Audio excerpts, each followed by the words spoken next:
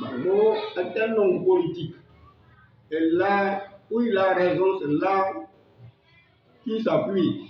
Les gens disaient à un moment donné de l'histoire qu'il n'a qu'à arrêter de faire la politique. Il a répondu qu'il l'a inscrit en politique pour le faire sortir de la politique. Donc, quand Gbagbo demande que les gens rentrent en Côte d'Ivoire à la veille des élections,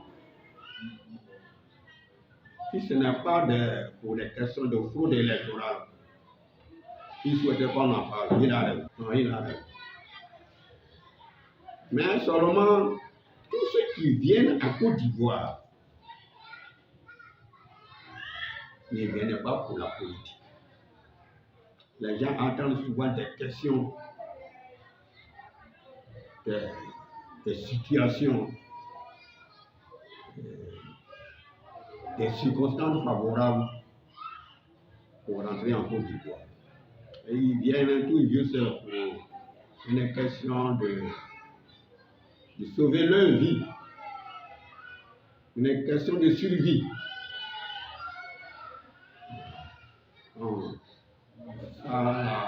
La limite de la pensée, le doyen de la politique en Côte d'Ivoire, Laurent Gbagbo. C'est bien doyen parce qu'il a fait un travail de fond pour permettre à la Côte d'Ivoire d'accéder au pluralisme politique. Donc, ceux qui viennent, je me répète, ne font pas tous la politique.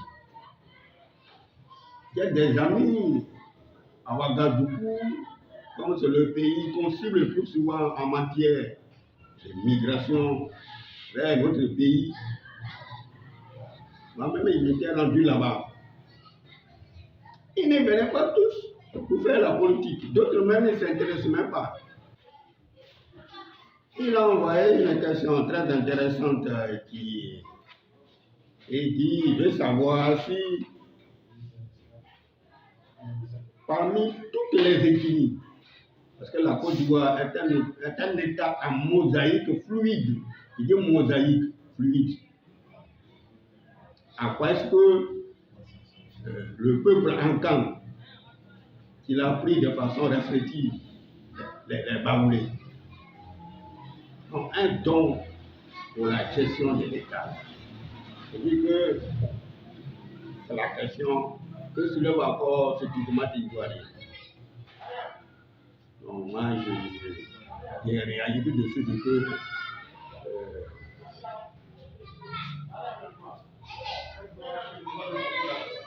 le peuple frère Ankan, le peuple frère Baoulé, ne dit pas qu'il a un don pour la gestion de la Côte d'Ivoire. Ne dit pas que c'est l'ethnie la plus douée en politique. Non. Moi, c'est pas ma vision. Voilà. C'est pas ma vision. Seulement, le peuple frère Akan a eu des avantages. Quand Gbagbo a tenté de créer une situation aussi dans le club, et les Guinéens. Donc, le fait que le premier chef d'État, Félix Houphouët-Boigny, a été un Akan et un Baoulé de souche pure, ça a permis aux Baoulés d'avoir des longueurs d'onde qui dépassent un peu les autres ethnies. Sinon, c'est pas que ils sont là et puis bon. Je crois que la Côte d'Ivoire a été une colonie française depuis le 19e siècle. Gbagbo lui-même avait répondu à cela. Et quand vous voyez, il dit que nous, on n'était pas encore nés. Donc, nous, je ne veux pas dire qu'on n'a rien fait. Donc, voilà. Donc, c'est le fait qu'ils ont eu un patriarche d'ethnie baoulé. On a l'impression qu'ils ont la notion de la gestion de l'État. Mais l'État lui-même, par définition, est très compliqué du point de vue juridique. Il a fait de son mieux pour laisser un héritage. Il appartenait aux héritiers de comprendre que la politique n'est pas aussi facile. Mais certains refusent systématiquement. Parce que ce n'est pas bon. Même si son héritage comporte des déceptions, il appartient aux héritiers de savoir rendre la Côte d'Ivoire plus belle. Donc, le peuple baoulé ne dit pas qu'il a la gestion secrète de l'État. Non, non. C'est des arguments le plus souvent. Les gens parlent. Ils parlent seulement. Mais en parlant, ils ne regardent pas dans les yeux de la Côte d'Ivoire. C'est pas bon. Non, c'est pas bon. C'est pas bon.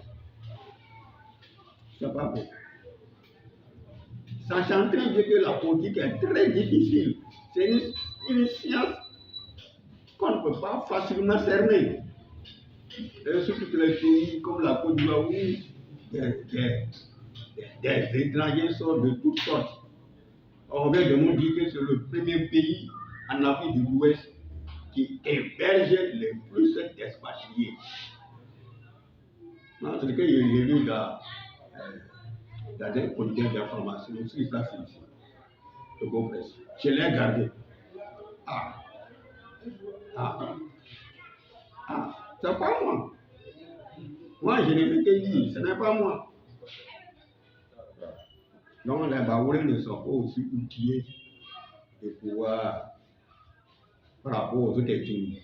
Seulement, ils ont eu un patriarche qui a conduit la Côte d'Ivoire à l'indépendance.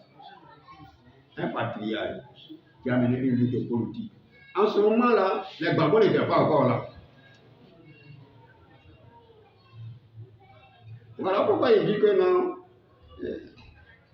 Je ne comprends pas que ces génies ont un don. La cinquième question qu'il pose, le jeune étudiant Kofi, il a envoyé des questions à saveur politique. Et me demande, la Côte d'Ivoire traverse une crise depuis 2002. Les gens ont été déportés à la CPI. Et cette crise-là, est-ce que la Côte d'Ivoire n'est pas un associé? Cette crise-là, est-ce que Oufo Boigny n'est pas un associé? Bon, il veut tout simplement savoir quelle est la part des responsabilités du président Oufo Boigny. C'est une crise cyclique qui secoue la Côte d'Ivoire. Les gens pensent que, bon, il y a un simulacre d'épais. Donc, pour eux, ça va. Notre compatriote Alassane dit, moi, on dit, je ne vais pas être président parce que je ne suis pas ivoirien. Au lieu d'utiliser des méthodes capables de se faire élire de façon grandissante, puisque de toute façon, M. Alassane et Gbagbo militaient dans le front républicain. On l'a bien accueilli en Côte d'Ivoire. C'est l'individu même qui ne sait comment se prendre. Il militait dans le front républicain. Il le sait. On ne l'a pas accueilli avec des coups de bâton. On ne l'a pas jeté, ainsi de suite. Je me rappelle très bien de la décision de Théaphoné. Il dit s'il ne veut pas que Ouattara aille aux élections, parce que Ouattara s'est prévalu d'une autre nationalité. C'est pour ça qu'il a justifié sa requête pour jeter évidemment sa candidature dans la poubelle. Donc, il appartient évidemment notre compatriote M. Ouattara de savoir se positionner, d'utiliser les termes qui sont de nature à ramener la paix en Côte d'Ivoire. En tant que premier chef d'État, s'il brandit des expressions de nature à créer toujours des périodes chaudes, oh non, ce n'est pas bon. Non, c'est pas bon. C'est pas bon. Non, c'est pas bon. Quand c'est pas bon, on dit c'est pas bon. Quand c'est pas bon, on dit c'est pas bon. Il faut te courage de dire que c'est pas bon. Et ce n'est pas bon. Ah, ce n'est pas bon. On se souvient très bien, à une époque donnée. Ok. Il n'était même pas encore chef d'État, président de la République. Et il votait des lois anti-casseurs. Il sait que notre compatriote Ouattara a été séduit par la Côte d'Ivoire. Mais ce n'est pas grave. Tu mets la manière et tu gouvernes avec tes frères. Voilà ce que je veux dire. Tu mets la manière et tu ramènes la paix. Tu mets la manière et la Côte d'Ivoire devient évidemment le poumon de la sous-région. On connaît les royaumes où les étrangers ont été rois.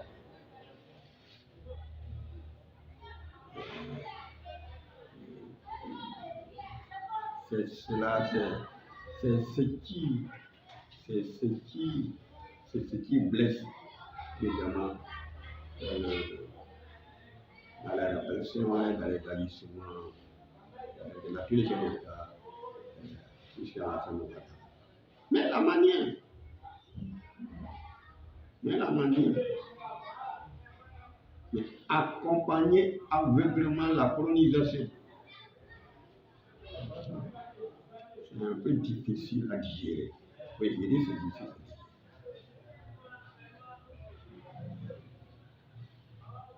Donc, il faut Boigny n'a pas une dette en Côte d'Ivoire à l'égard de ce peuple. C'est ma version. Il n'a pas dit que cette doctrine-là est au pluriel. C'est ma version. Nous sommes en littérature, c'est ma version. L'écrivain ne donne que sa vision. Non. On doit avoir des héritiers. Et dans quelle mesure nous pouvons travailler ensemble et dédramatiser la politique.